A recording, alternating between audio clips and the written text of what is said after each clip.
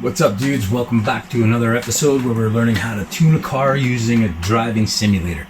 Now we're rocking Forza Motorsport 7 and tuning stuff, specifically the BRZ. It's close to the GT8 6, close to my car, something affordable, something recent, something a lot of people have, so that we have a common ground and you can kind of learn from it, and I'm learning from it, and it's fun. So if you like what you've seen, hit that subscribe button, like, comment, share, all that stuff. We've been through pretty much the whole basics of the car tuning so far. We've done tires, alignment, we've done spring rates, we've done ride height, we've done some damping, rebound stiffness, bump stiffness, all that stuff to make this car handle pretty good. The last video was about sway bars. Now we've got the car pretty much dialed in. There's a few little things that I don't like that it does, or that I'm not, like, it's not to where I want it to be yet. But we're going to go through some fine tuning and we're going to get through all that stuff. But right now what I want to eliminate is there's kind of a bit of an oversteer problem that you can see in the last video and the last replay, where I'm coming out of corners and the car starts getting snappy and it's back and forth a little bit, and you can see that I'm back and forth on the wheel. It's not really stable. So what I'm going to do is I'm going to take the differential and we're going to modify that a little bit. So tires we've done, gearing we haven't done yet, alignment we've done, anti-roll bars done, springs done, damping done. Now let's go over to the back half here and check out our differential. So what the differential does is the percentage is how much percent it's going to lock up on acceleration. So for example, if you have 0%, it makes it an open diff. 0 for open, I guess. Oh, yeah. When you hit the gas, only one wheel is going to spin. The more you tighten that up, the more that power is sent to both wheels. So in the case of, say you're at 50% and you're in a corner, the tire with the weight is going to receive less power than the tire without the weight. So you're going to get that one wheel wonder thing going on. The higher you bring up that number, the more it's going to transfer to both. 100% is essentially a lock differential. Now in this, a fully customizable differential, we can play with the acceleration lockup and we can play with the de-acceleration lockup. So they both do very different things. On acceleration, when you step on the gas at 100%, both wheels lock up. The more you bring that down, the less both wheels lock up at the same time. Now in de-acceleration, it's the same kind of deal. So on de-acceleration, if that's at 100, when you let off the throttle, both wheels are going to slow down at the exact same time. You're going to be slowing down the car on engine compression, which could make you spin out. It could break the traction. It's kind of like a drag brake, kind of like hitting a little bit of an e-brake, kind of, if you will, sort of thing, depending on what gear you're dropping into, and usually you're on the acceleration anyway. So the advantage of that is slowing down the back end enough, breaking the traction loose enough to make the car start to rotate. So we're going to play with the settings a little bit here. Now what I've got in it right now is 70% on acceleration and 35% on de-acceleration. I'm pretty happy with the de-acceleration so far because it seems like it turns into the corners the way I want. When you're slowing down, the back wheel's kind of slowing the back of the car and making the front end dive in where it's supposed to go. The problem I'm having is the acceleration. It's at 70% right now. So we're going to drop that down. Let's go for 60. Actually, you know what? I'm going to make this handle a little bit better. We'll go with like 55. We'll go 50. That way I can get on the gas harder and leave the corners a little bit quicker.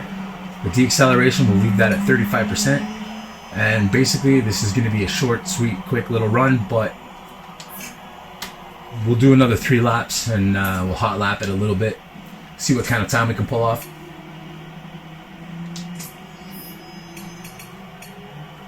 And let's get started. Differential tuning, we're getting near the end of the list of things that we can do to this car. So let's see what kind of time we can run.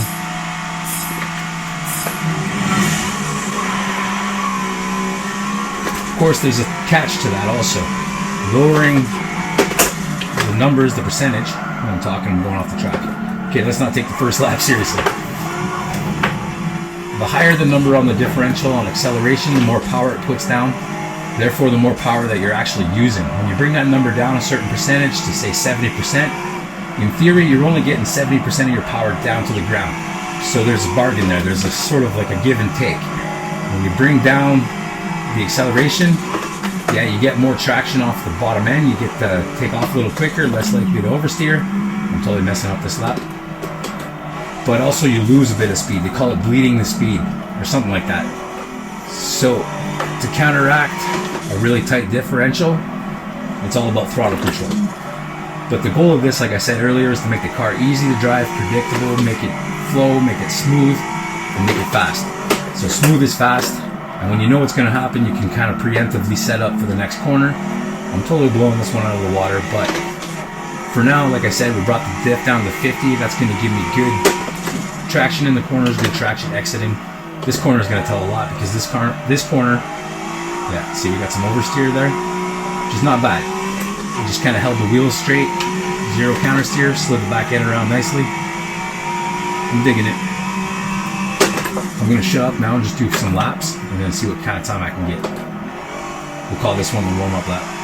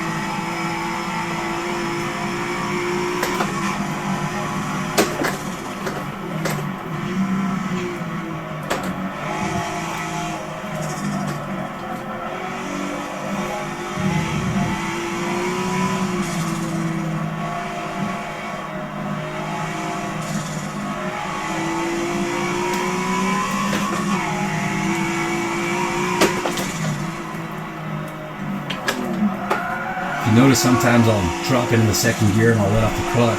I'll let off the clutch really quick, and that makes the car kind of rotate because that does the effect, like I said before, when you're dumping off the throttle with the differential percentage higher up on deceleration. That's what it does. Sort of locks up the back end. If your car is weighted going into the corner, if you're balanced right, it can kind of act like a little tug of the e-brake just to get that car to rotate properly, get you the proper angle. Sometimes it just helps me get a little bit closer to the apex. Right there, I sort of butchered it, but I'm not expecting much from this run at all, to be honest with you. 2:03.5 is the time to beat, but I don't see that really happening. It's been pretty sloppy, but we're back into it with a new video, so, you know, I'm off my rhythm right now. That's my excuse. But the car is performing kind of how I want it to. There, I got a little bit of oversteer on the entrance like I wanted. See if we can do it here again, too. Nope, not really. It's all about the way you do your braking, which is actually, whoa, shit. Well, I was saying, braking is not my strong point, and should maybe be paying attention. But hey, at least I'm giving you guys an honest review, right? Oh, I still got a lap. Shit.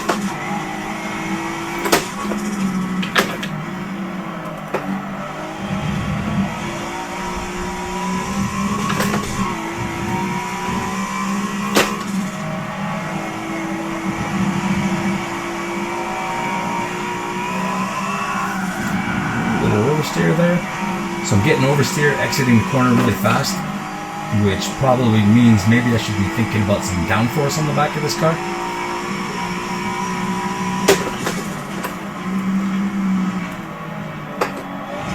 The turn-in seems pretty good. I've got to give it a bit of brake to make it turn a bit more, but when I do give it some brakes, it doesn't turn as much as I want.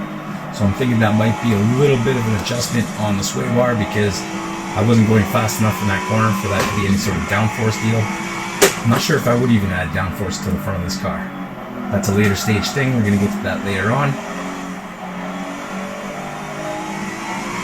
The idea is to dial in the whole car, so we're going to go step by step. First we're doing all the mechanical stuff, then we'll do the aero, because that's like a fine-tuning deal.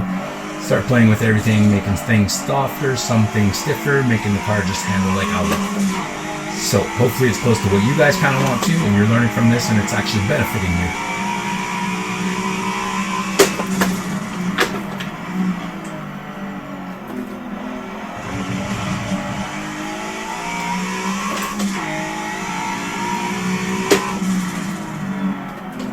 car is still being upset halfway through corners and stuff because my gearing is not at all very good for this. So we're gonna have to try to dial that in soon too. Get the proper gearing for every corner. There I used the downshift to oversteer a tiny bit. Didn't really help much, but it did help me stay on the track. We're gonna have to look at brake balance too. That's another thing that can come in handy.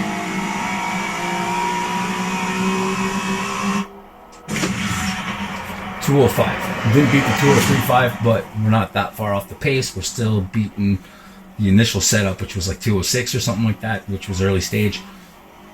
So we're getting somewhere. So I hope this helped you guys figure out differentials a little bit, what they do and how it does it. I know I didn't show any like crazy like examples of what it would do, like open it right up or lock it right up and see how it handles on the track, but we're gonna eventually, I'm gonna do some drift tunes on here, and for the drift tune we're gonna start playing with differentials a lot. We're gonna get some things to do some crazy stuff, so stick around for that. If you like this video, if it helped you out, if you enjoyed it, which I hope it did, I enjoyed it, I learned something. Every time behind the scenes I'm like looking up stuff, I'm researching and trying to learn how to tune cars so that when the day comes that I can get a fully tunable suspension on one of my cars or something and start taking to the track more often, I'll know where I'm going and I'll have an idea of where to start and what to look for and what to do. So I'm hoping that this is going to give you guys that same opportunity also.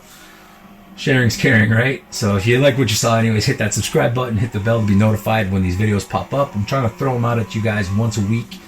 This is pre-filmed if you can't tell, but it's all good fun. I'm enjoying it, so hit the subscribe button. And if you want to see the Group D stuff, there's a league of guys that I race with online, and the whole idea behind it is that we sort of teach each other as we go, and we help each other out, and we race against each other, so there's always competition, that we're trying to be faster and faster. Then we share tunes with each other and teach each other tips and tricks. So basically, it's like a team of guys trying to kick each other's ass, but we're helping each other get stronger for the battle. And then maybe one day we'll go online, we'll play with a bunch of other people and see how we stack up. Could be kind of cool. So if you want to see that stuff, check out the Group D channel. The link is in the description.